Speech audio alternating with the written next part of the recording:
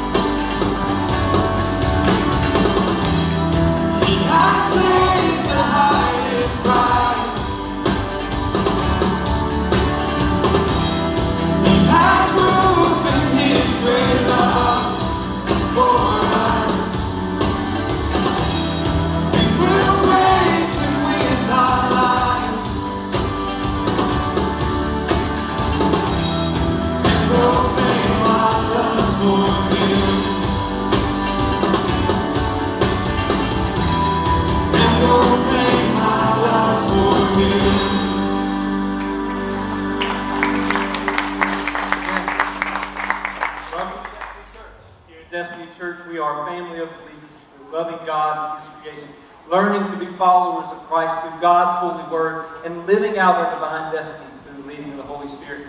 And myself, Dakota White, assistant pastor here at Destiny Church, on behalf of myself, this praise team, our leadership team, I want to thank you for being here this morning. We know that Sunday morning, the hours it takes to get ready, the hours it takes to get here and to be here, isn't just carved out because you're a Christian. You have to work at it, and there's many obstacles we face having to get here. But we're excited to see you. We're glad you're here. If you could turn to somebody and welcome them to the house of the Lord as we get ready to worship Him again. We're excited you're here, and we're glad, hoping to see things that God will do this morning.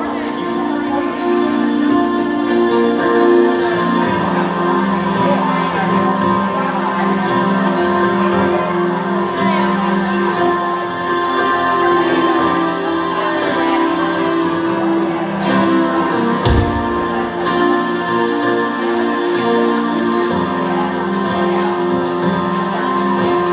There is a river whose stream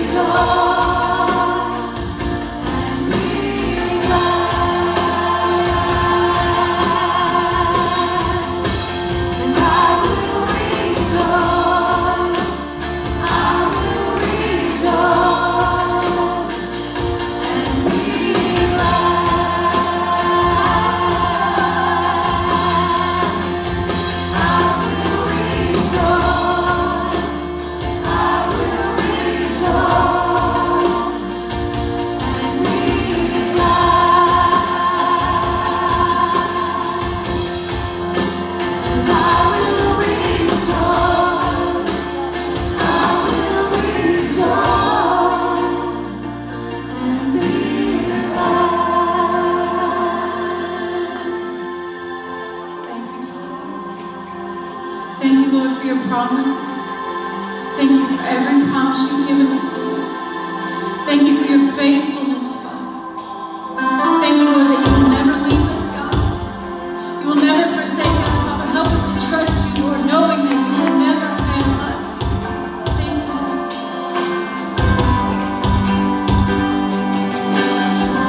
My life is built on your faithfulness. My hope is held in your promises. I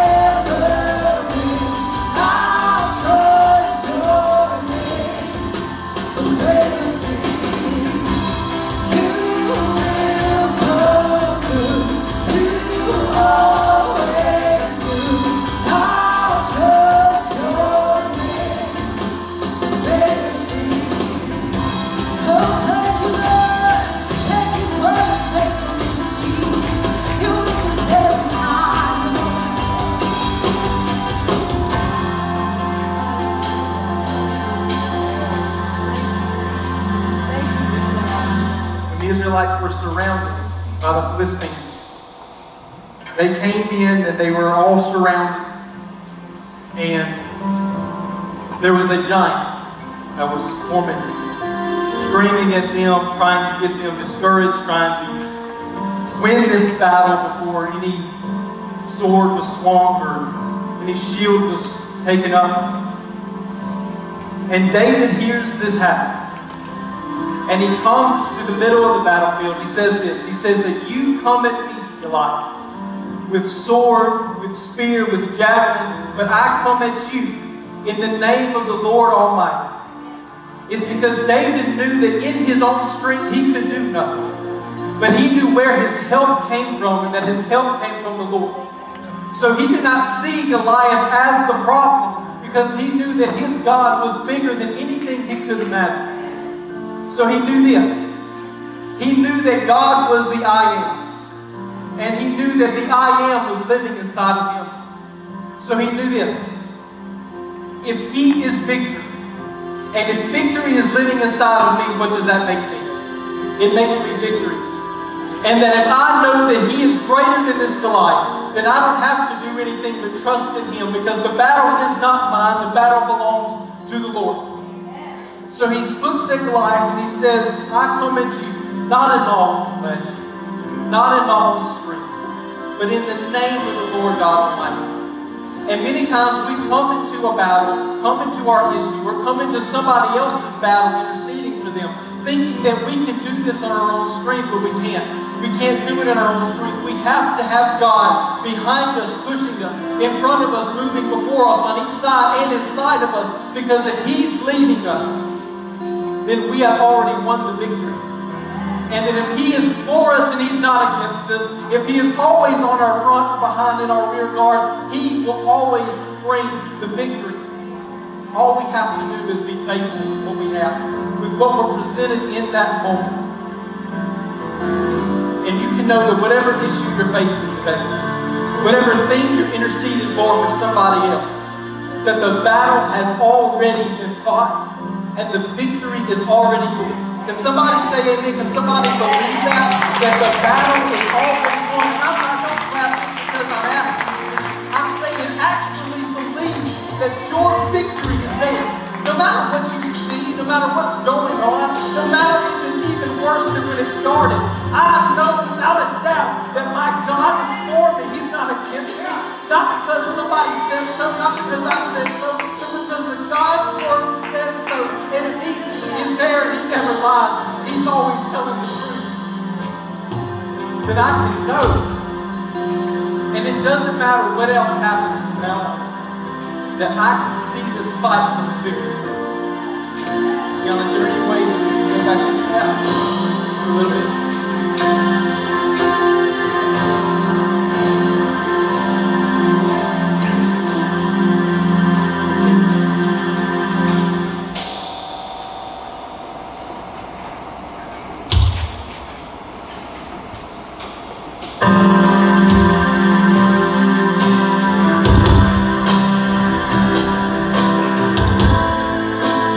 Let's sing it out.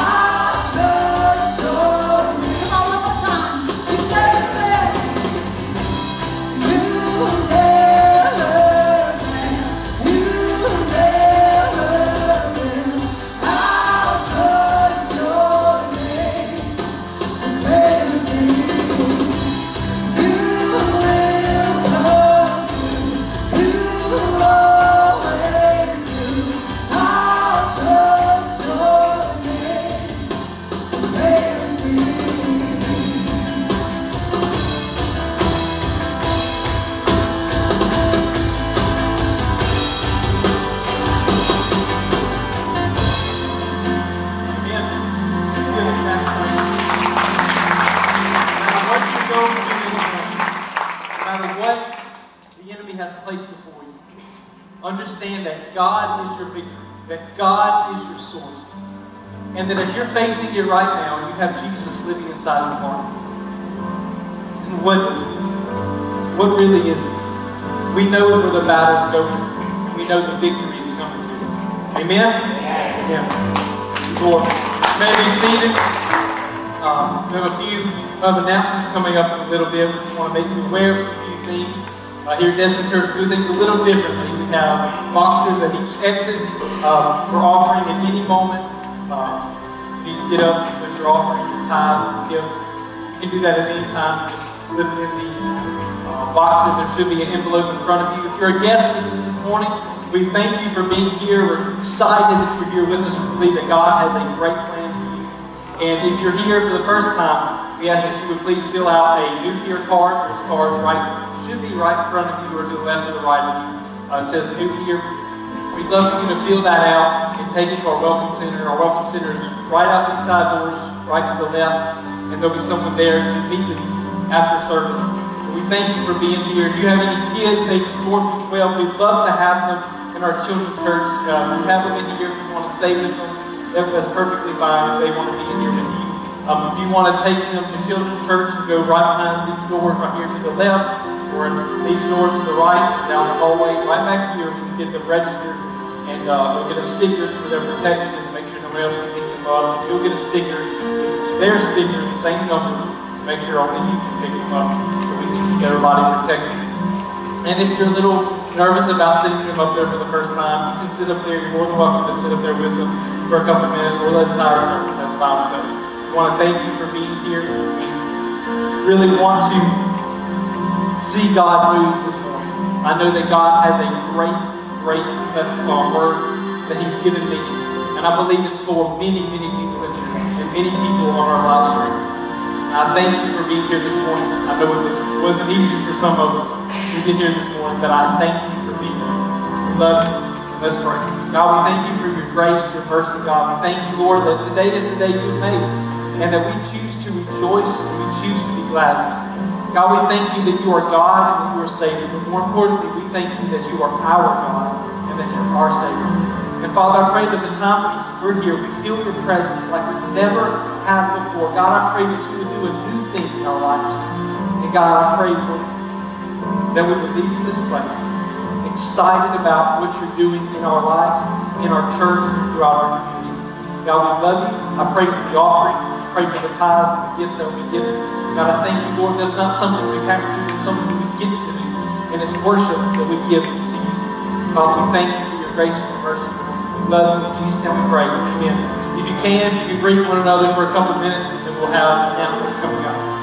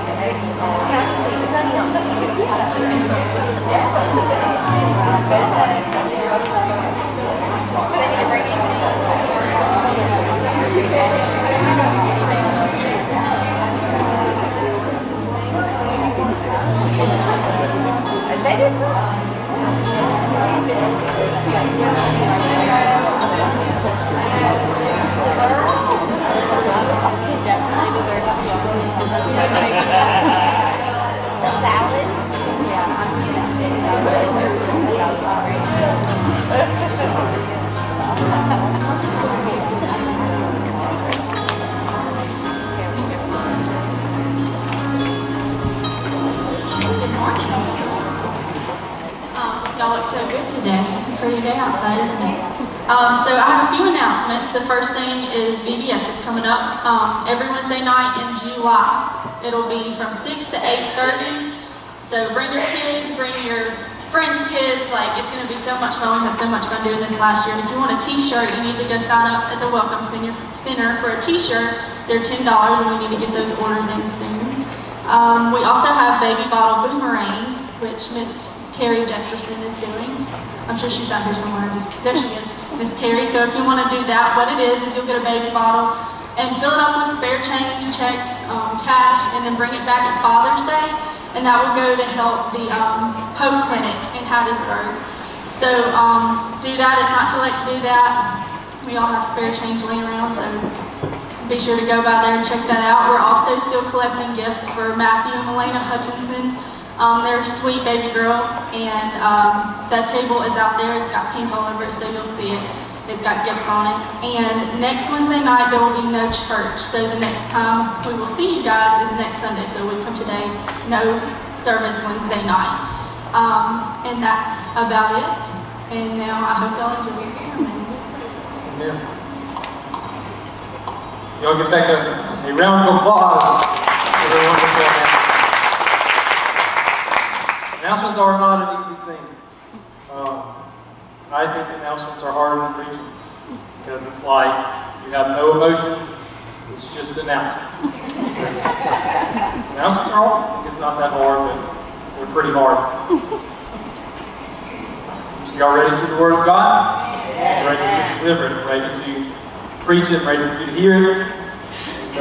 It's an exciting word. So I'm going to go ahead and pray, and we're going to get right into it. Lord Jesus, God, we thank you, Father, for the opportunity to come into this house and worship you freely. God, I thank you that you are for us, that you're not against us. That if there's anything that we're facing this morning, God, that you can do it. That it's not big to you, Father. Those things that attack us, those things that plague us, Father, those things are big to us, but nothing's big to you. That you have everything in the palm of your hand, including us. And God, I pray that we would trust in you more now than ever. That when we leave today, we are trusting in you fully. That you're going to deliver us from any plan of the enemy, from anything that we cause on our own, Father. That you are for us, you're not against us. God, I pray that everyone's attention would be solely on you this morning. Not worried about what happened before church, not worried about the things we have to do after. But strictly focused on what you're trying to say to us this morning. God, we love you. We thank you for your grace and mercy. In Jesus' name we pray. Amen. Alright, so getting right into it. I think it was 2 weeks ago we had our baptism. And one of the special things that I got to do that night was as Kenzie came in and saw the baptism up, she decided that, you know what, I'm getting baptized tonight. I'm giving my heart to God and I'm getting baptized. That's something that she talked with her mother about for, she said about 6 months or so, and finally she decided tonight was the night to give my heart to Christ. And we went out there, she was trying to find Rebecca, and Rebecca was busy, so I got her and watched her and helped her lead her heart to Christ, and she made a commitment to Jesus Christ. So it got me thinking. It got me thinking about my personal conversion. It's got me thinking about how did I come to Christ? And it was something that I really had to think about, because if I never went off and did horrible things, I never was this or that, I just was. I was a kid who just went to church. I was a kid who didn't like church. A kid that rather sleep in on Sunday mornings. And there was a time in my life where I just didn't want anything to do with church. And I really didn't understand it either. But it's a funny story about how I accepted Christ. So one day, my mother comes into my room, and I get to have my mother here today, and my little brother, and I'm not going to tell you where they are to embarrass them, but she did not know this sermon was half about her, so it's crazy that she is here. I'm not going to tell you where she is, okay? So I'm embarrassed. And my little brother and my little baby sister is here today as well. But it was getting up close to Christmas, and my mom comes to my room and says, look, your Aunt Lisa is going to get you a gift. Okay, I don't know if we were doing some kind of dirty Santa and she drew my name, but she said, I don't know how, but she's getting you a gift. And she's probably going to get you a CD. What kind of CD do you want? I'm like, I don't want a CD. I don't listen to music. I want trucks. I want Hot Wheels. I want a video game. That's what I want. I want Roller Coaster Tycoon with a PC. That is what I want, okay? So she said, look, she's probably going to get you a CD and she's probably going to get you a Christian CD. So what CD do you want?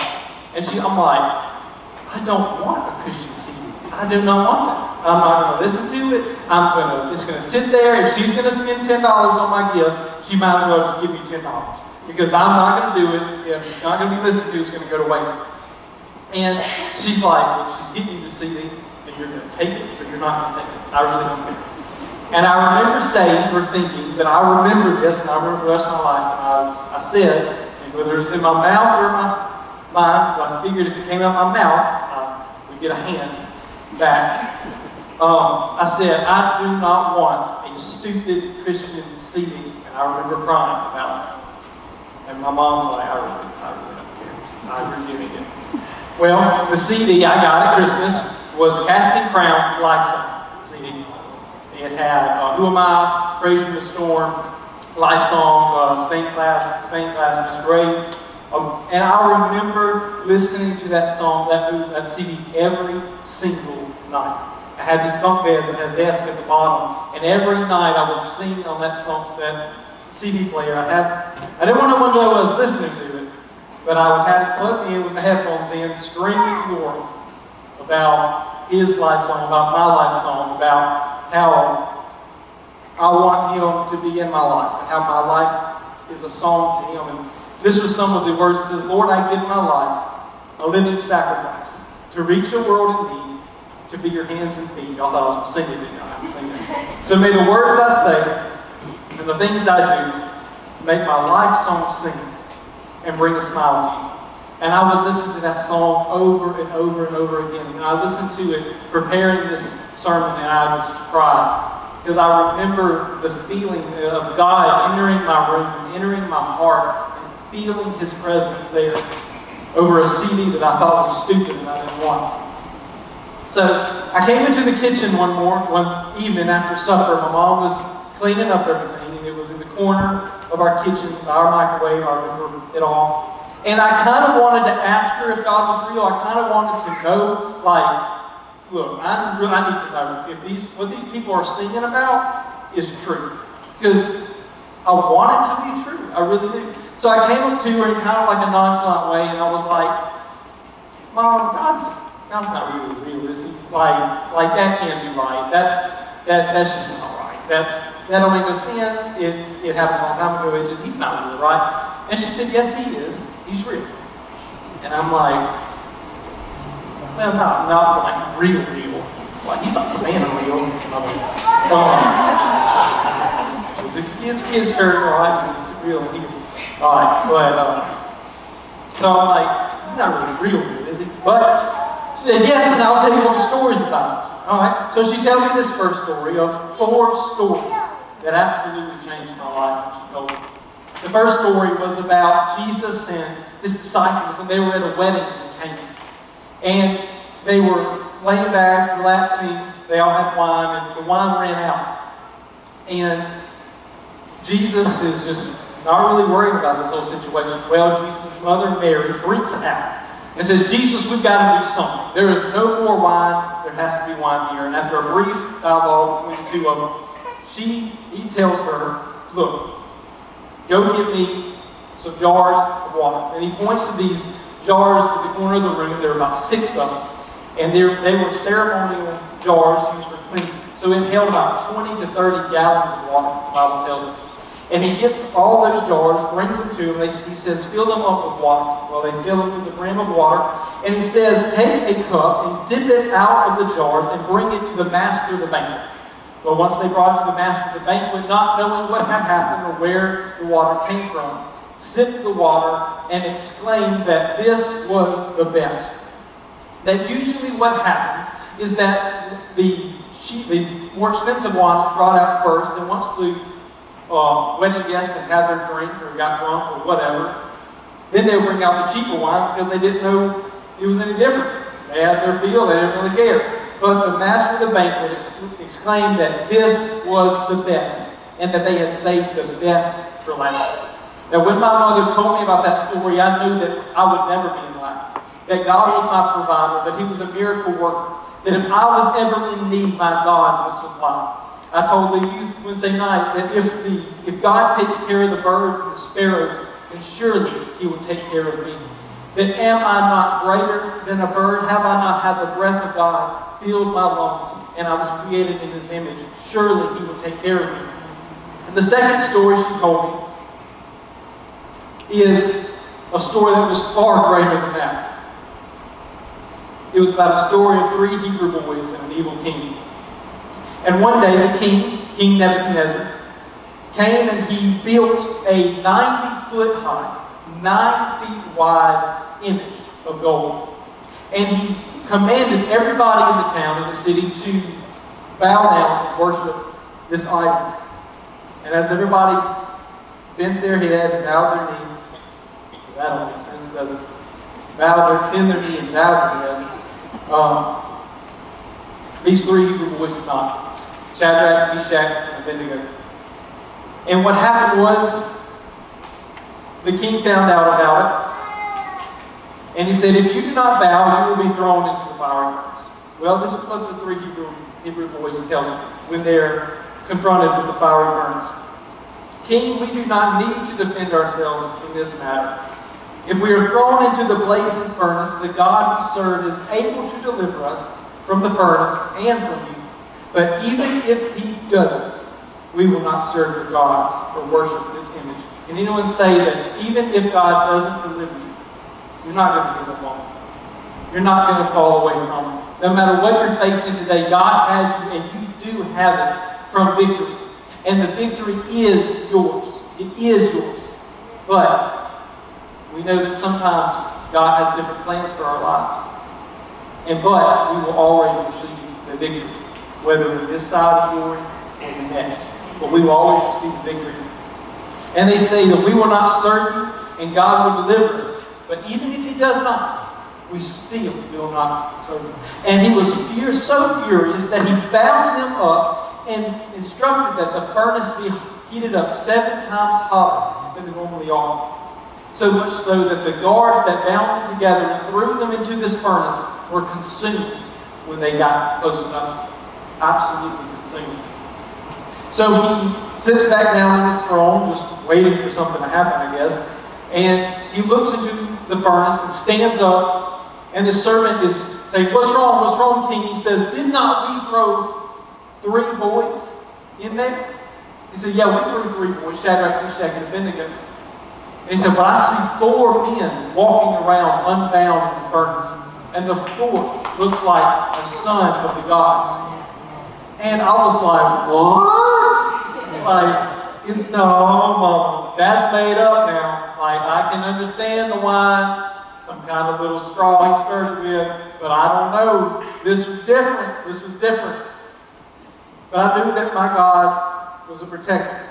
That when they brought out those 3 Hebrew boys, King Nebuchadnezzar said, come out of it. Their hair was not singed, their clothes were not burned, the ropes that had bound them together were off of them, and they didn't smell like smoke. And she told me that, and my mouth was wide open. I'm like, well, that is something else. That's some different kind of stuff there. But I knew that He was my protector. That as long as I trusted in Him, He would walk with me. And even if I had to face danger one day, that He was going to walk with me in the fire. Look at this. Isaiah 43:2. When you pass through the waters, I will be with you. And when you pass through the rivers, they will not sweep over you. When you walk through the fire, you will not be burned, and the flames will not set you ablaze. We know that if we are trusting in God, He is for us. He's not against us. He will protect us through any battle we face if we're trusting in Him. Even though it does not say the battles will not come, it says we can trust Him and He is faithful in the battle. But then she told me a story greater than the both of those. A story that I will never, ever forget. This story, this one that she told me that I'm going to share with you today, is what changed my heart and led me to Christ. This one story. So we're going to begin in Mark chapter 5, verses 21 through 34. And I'm reading out the Amplified Version. And the story today is her faith, his blood. It's a story of the woman with the issue of blood and how desperate she was to get to Jesus. This is her story. When Jesus had again crossed over in the boat to the other side of the sea, a large crowd gathered around him, so he stayed by the seashore. One of the synagogue officials named Jairus came up and seeing him fell at his feet and begged anxiously with him, saying, "My little daughter is at the point of death. Please come and lay your hands on her so that she will be healed and live." And Jesus went with him, and a large crowd followed him and pressed in around him from all sides. A woman in the crowd had suffered from a hemorrhage for 12 years. The Bible also says it was subject to bleeding for 12 years. She had endured much suffering at the hands of many physicians, and she had spent all that she had and was not helped at all, but instead she became worse. She had heard reports about Jesus, and she came up behind him in the crowd and touched his outer robe. For she thought, if I just touch his clothing, I will be well. Immediately her flow of blood was dried up, and she felt in her body and knew without a doubt that she was healed from her suffering. Immediately Jesus recognized in himself that power had gone out from him. He turned around in the crowd and asked, "Who touched my clothes?" His disciples said to him, "You see the crowd pressing in around you from all sides, and you ask, 'Who touched me?'" Still, he kept looking around to see the woman who had done it. And the woman, though she was afraid and trembling, aware of what had happened to her, came and fell down before him and told him the whole truth. He said to her, "Daughter, your faith, your personal trust and confidence in me has restored you to health.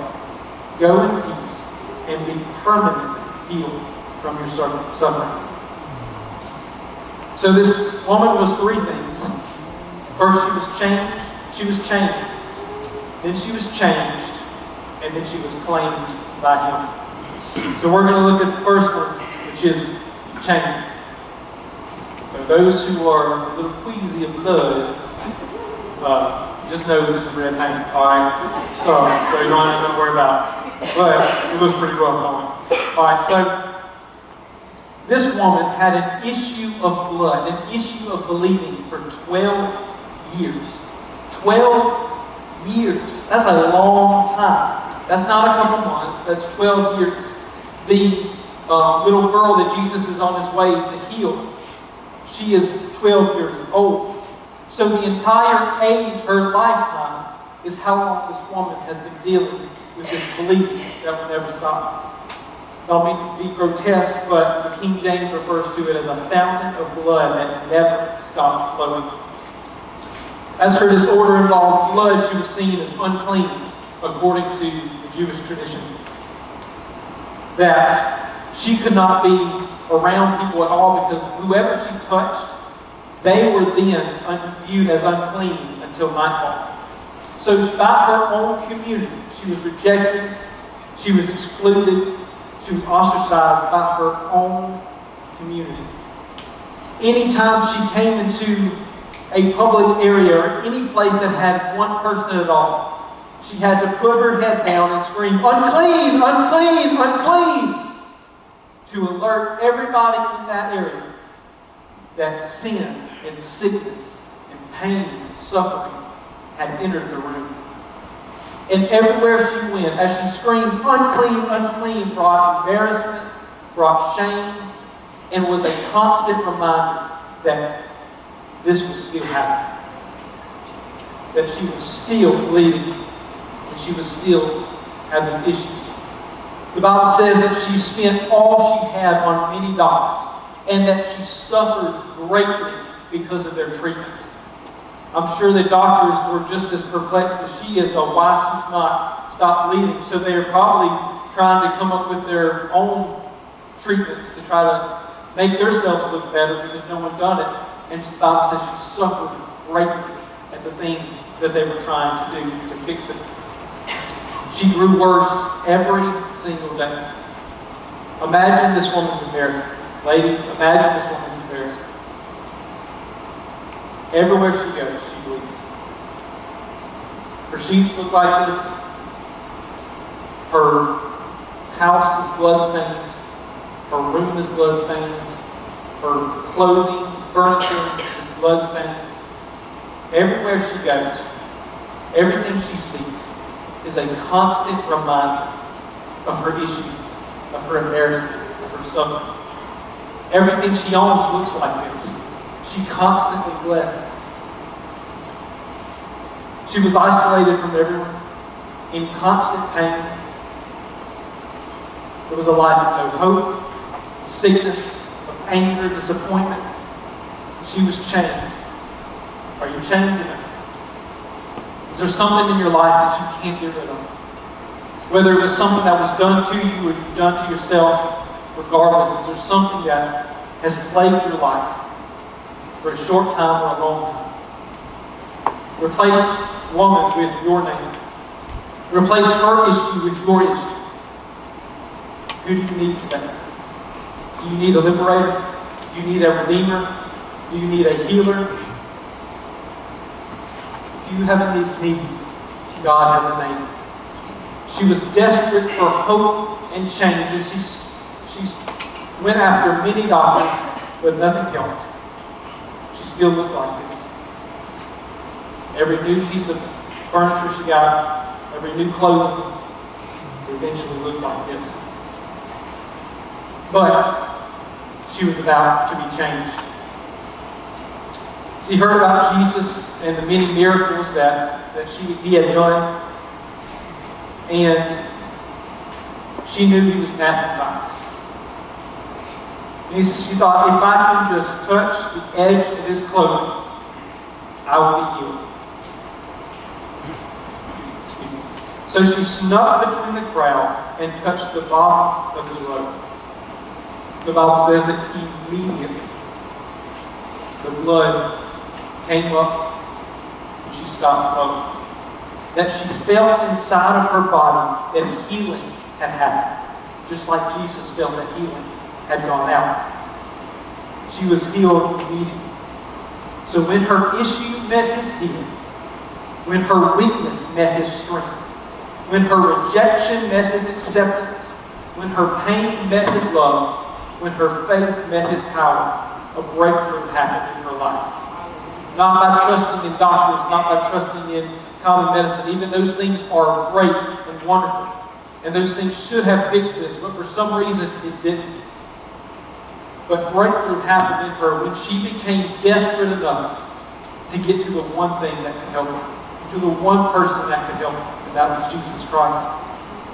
One touch of Jesus' robe, not of Jesus, not of speaking to him, not of him praying or laying hands on him, by secretly and silently climbing between the crowd and touching the hem of his garment. Something he did not feel, something that if I came up behind you and just touched the hem, that you would never know. But power went out from him because of her faith, because she believed that this had to work. One touch of Jesus' robe did with years of doctors and all the money she had to do. But Jesus immediately asked, "Who touched me?" And the disciples tried to tell him, "Look, there are disciples all around you, pushing up against you. There's people. Look, everybody's touching you, Jesus. This is what's going on." And he says, "No, I know, because this touch was different. That power had gone out from me." And I asked my mom, why did this matter? Why did Jesus do this? Jesus is embarrassing. Why would he allow her to be this to happen? Why can't she grab the hem of his garment? She's healed, so why can't she leave? This is why. Jesus knew who touched him. He knew what had happened. But he needed to know, he needed that everybody there to know, including her, that she had been changed, She had once been chained.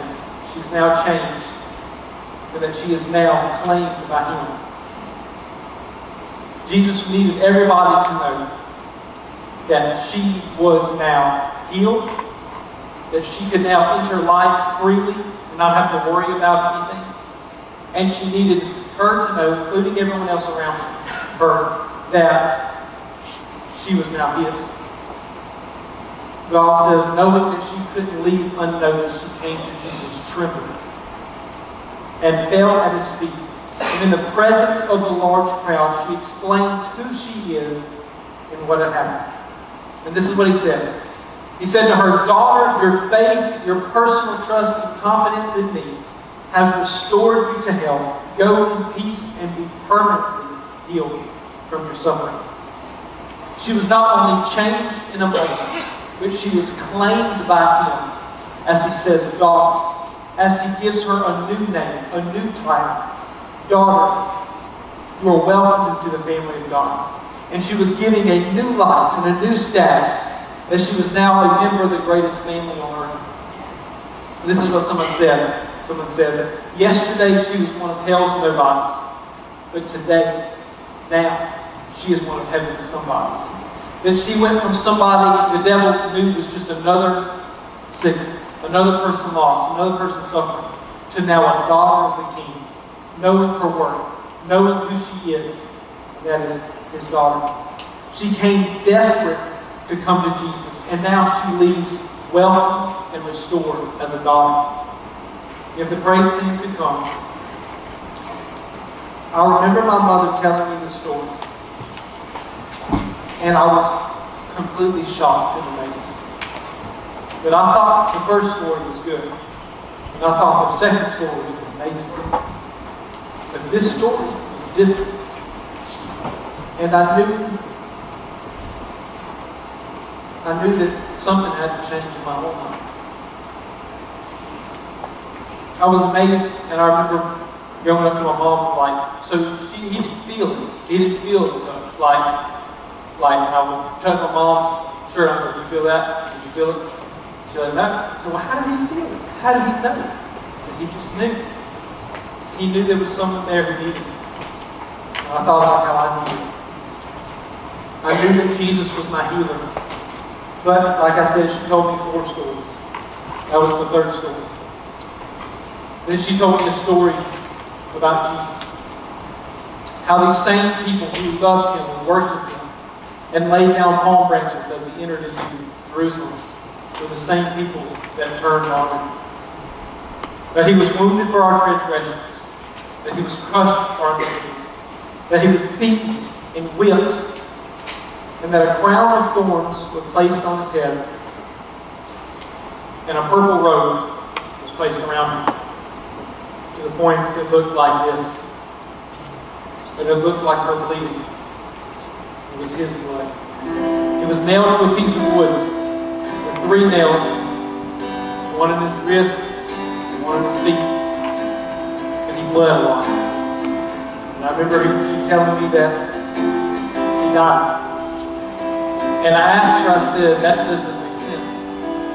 You told me enough now that I know that He is a provider, He is a rescuer, and He is a healer. If He is those 3 things, then why did He not get Himself off the cross?" I asked, why did He save Himself? Why did He let that happen? And she told me, He did it for you and me. He rose from the dead 3 days later. But it was His blood that saved us. It was the lady's faith in Jesus, in His word, and what He was doing. Her faith that touched the hem of His garment and saved her. But it's our faith today in His blood, in His sacrifice, that saves us. And whatever issue you're going through, whatever sons that are running away, no, it's His blood that saves us. It's His blood that makes us whole. It's His blood that brings us back. She told me it was His blood that saves us, and about 3 weeks later I walked the aisle at Victory Baptist Church, I gave my heart to Jesus. A few weeks later, I was baptized with water, and I knew that Jesus was my hero. Jesus was crushed by the crowd when he felt the touch of a desperate woman. It was at the end of her hope. The cares of life, stress, a failing marriage, a lost son or daughter is crushing around you and is consuming all you have, just like the crowd was crushing Jesus with their needs for him to get to them. But you consumed your life with all these needs. And these issues, maybe you haven't caused, but they're there. Someone has caused them. And you're surrounded by all these cares and issues and worries. But a desperate God, a desperate Jesus, is fighting through the clutter and the crowds of your life so he can touch you. So he can just get to the hem of your garment. If you can just feel his presence this morning, if you can just trust him enough to let him in, God wants to do a work inside of you. He wants to do a work inside of your marriage. He wants to do a work inside of your kids. He wants to do a work inside of your job. He wants in, but the crowd you've allowed around you and the clutter you've allowed around you, you can't get in. And maybe there's some things that we're just not trusting you yet. Maybe there's some things in our lives that we just can't let go of because maybe we don't know what the outcome is going to be or how we would make it if that happens.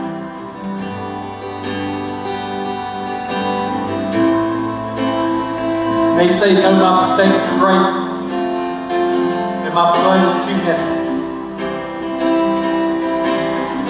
But when you show God your blood, what does he do? He shows you this. When you say, no, my blood is too great to be washed clean, he shows you this. He says, my blood is enough for whatever the face is. And I pray that if you don't know anything right now, that God will remind you now. And I pray that your heart will become free from that situation or that person in your life. His blood-stained cross can meet you in the middle of your blood-stained life, in the midst of your blood-stained room, in your blood-stained home, in your blood-stained relationship, and make it white as snow. Show God your blood. Like the woman came trembling. He doesn't see this. He didn't see this on her road. He saw the work that he was about to do. He said, daughter, if you're desperate enough to come to me, I know you're as serious as I am about these people that are crowded around you. And in just a couple days, your dress that looks like this will become what I was wearing. And I will look like this. When you show God your blood, he shows you this. Now what I would like you to do, if you're comfortable enough, if there's any issue in your life, you don't have to do this. I believe this is what God is telling you. If there's any issue in your life that you know that God is pinpointing on you right now, I'm not going to ask you what it is. I'm not going to tell you to scream it to the world. But I am going to ask that you would simply come up here. You would just stand in the line up here. And what I'm going to do, this is just red paint, I promise. But I want to put it over your head, over your neck, just for a second.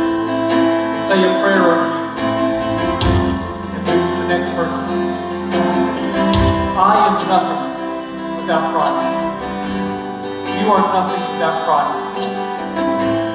But we know that there are issues in our lives that we can't help. Maybe you've been to doctors, maybe you've been to people who just can't fix it. But Jesus' blood is enough for me and it's enough for you. And if there's anybody who has issues in this house, I'm perfect. I'm perfect. So I invite you to come stand up here. I want to bear through it. It won't take a while. If you don't want to, but you know there's an issue in your life where you're standing in the gap for somebody, you can come. But there's also altars on both sides. And if you want to come and pray silently, nobody will come and touch you. Nobody will pray for you. It's just you and God if you want to come up here. Thank you.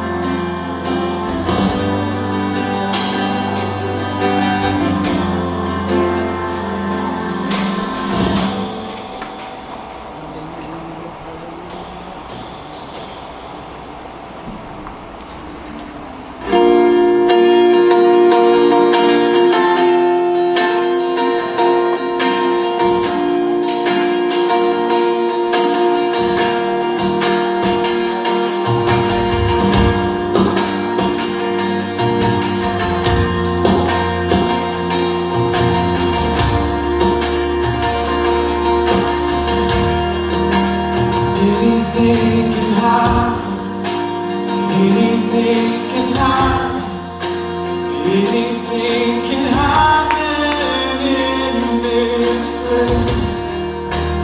More than we imagine, more than we can fathom. Anything can happen in this place. Anything can happen. Anything can happen. Anything can happen in this place. More than we imagine, more than we can fathom. Anything can happen in this place. Faith is rising, rising up inside. Faith is rising, bringing us to life. Faith is rising, rising up inside. Faith is rising, bringing us to life. Anything can happen. Anything can happen. Anything can happen in this place. More than we imagine, more than we can fathom.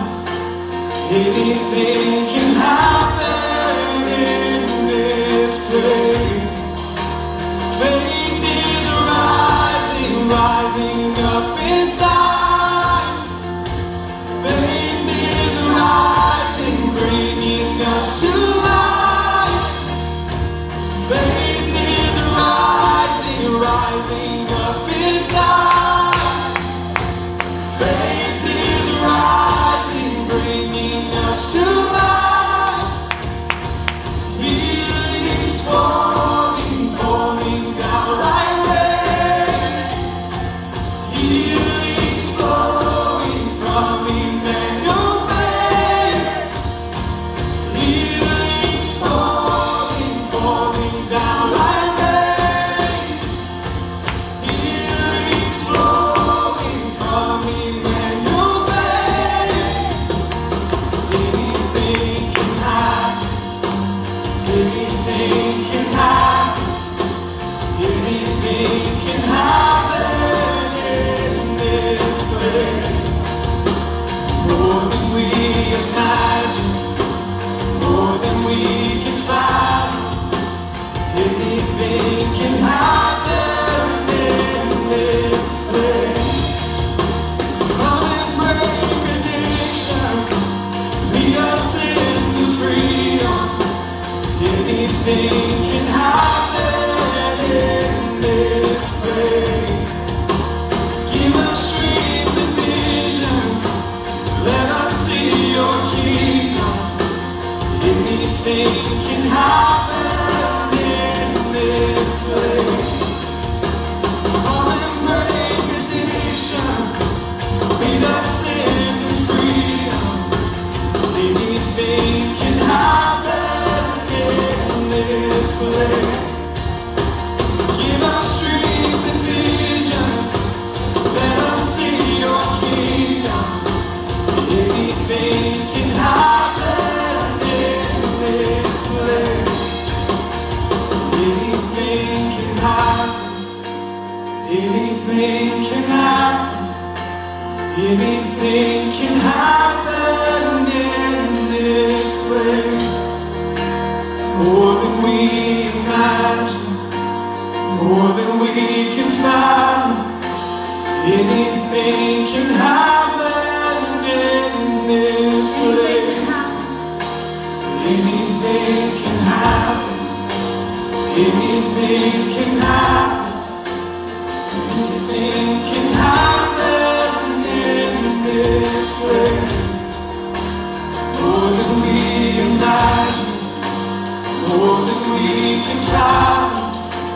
Anything can happen in this place. Faith is rising, rising up inside. Faith is rising, bringing us to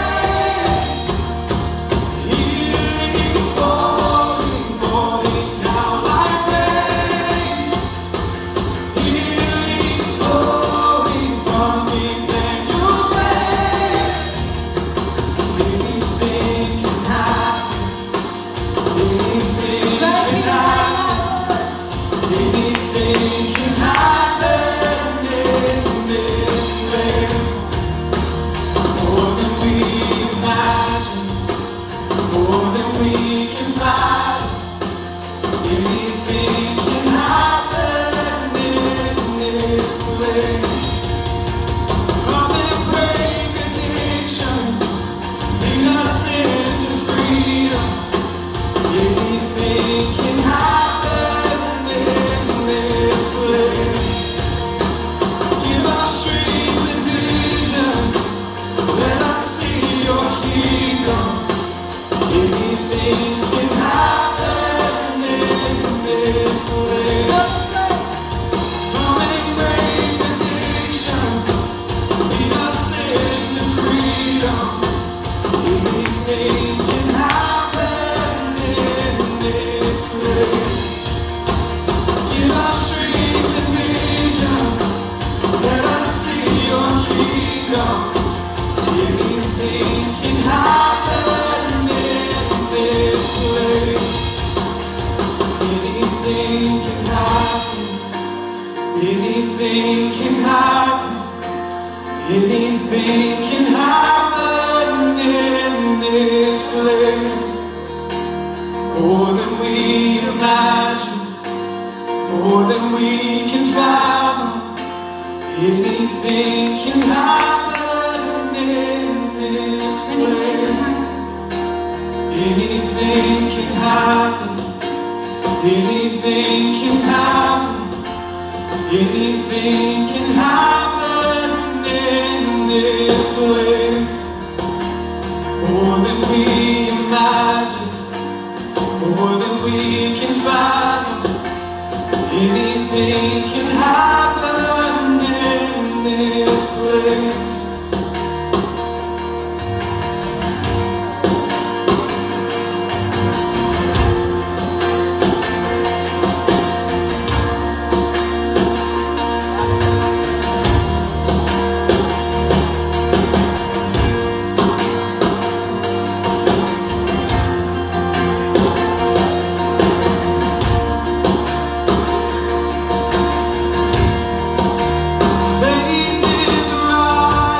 Rising up inside, faith is rising, bringing us to life. Faith is rising, rising up inside. Faith is rising, bringing us to life. Faith is rising, rising up inside.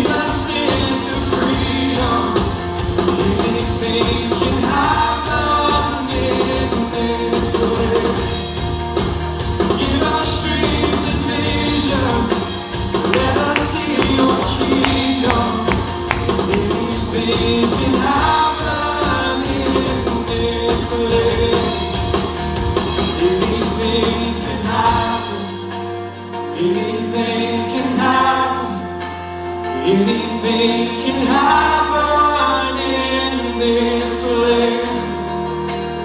More than we imagine, more than we can fathom. Anything can happen in this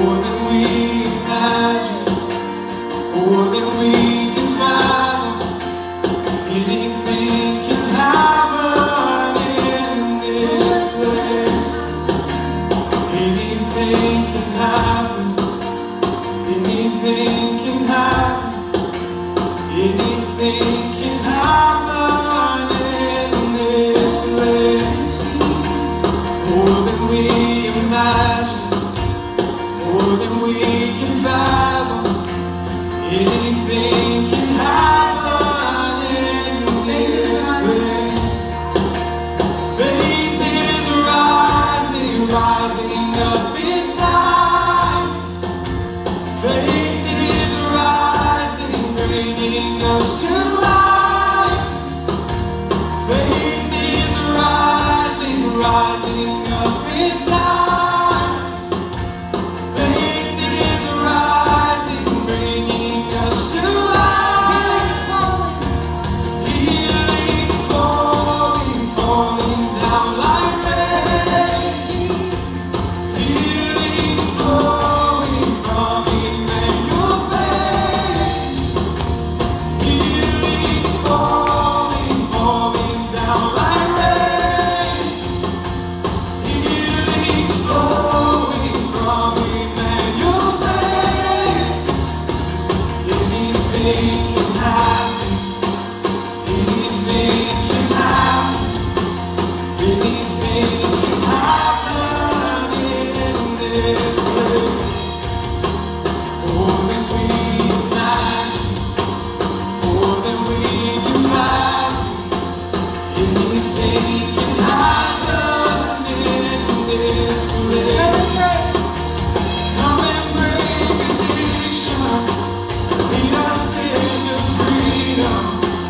Anything can happen in this place. Give us dreams and visions. Let us see your kingdom. Anything can happen in this place. Come and break addiction. Lead us into freedom. Anything can happen in this place. Give us dreams and visions. Let us see your kingdom. Anything can happen in this place. Everybody, take your hand, put it in the air, if you're willing. Close your eyes. Imagine that you're like this woman on the ground, crawling between the crowd, crawling between the cares, issues, and infirmities that have plagued your life. You see Jesus' white robe. If everybody can reach up, imagine that robe, just grab it. Now imagine every issue, every sin problem, every past hurt, every unwritten future. Trust that His blood is enough. Trust that His blood is enough. Trust that His blood is enough. And believe. The Bible says that if you believe in your heart and do not doubt, God will take it away from you. With everybody's head bowed, eyes closed, please for respect of the Holy Spirit. If there's anybody in here that needs to know this Jesus, just like when I was that age, and I was asking my mother, is He really real? Because I really wanted Him to be. If there's anybody in here that wants to accept Jesus into their heart for the first time, if you raise your hand, it's just me looking around. Anybody in here? And if you're listening in on Facebook or later on YouTube, you've accepted Jesus, we want to hear about it. We want to know about it. So if you could, please message us on Facebook, message us on Instagram, email us. We would love to get in contact with you and meet you. We would love to get tools in your hand to help you to go through this life. Be committed to God in the season of growth. Thank you for being here. I pray that you have felt God's presence. I pray that you know that you are different now than when you came here this morning. That you trust in Him with all your heart. And even though our future is not known, is known to a known God. He has us call on this evening. So I thank you for being here. May the Lord bless you and keep you. May His countenance rest upon you. May we go from this place knowing that God is greater than your issues and Jesus is better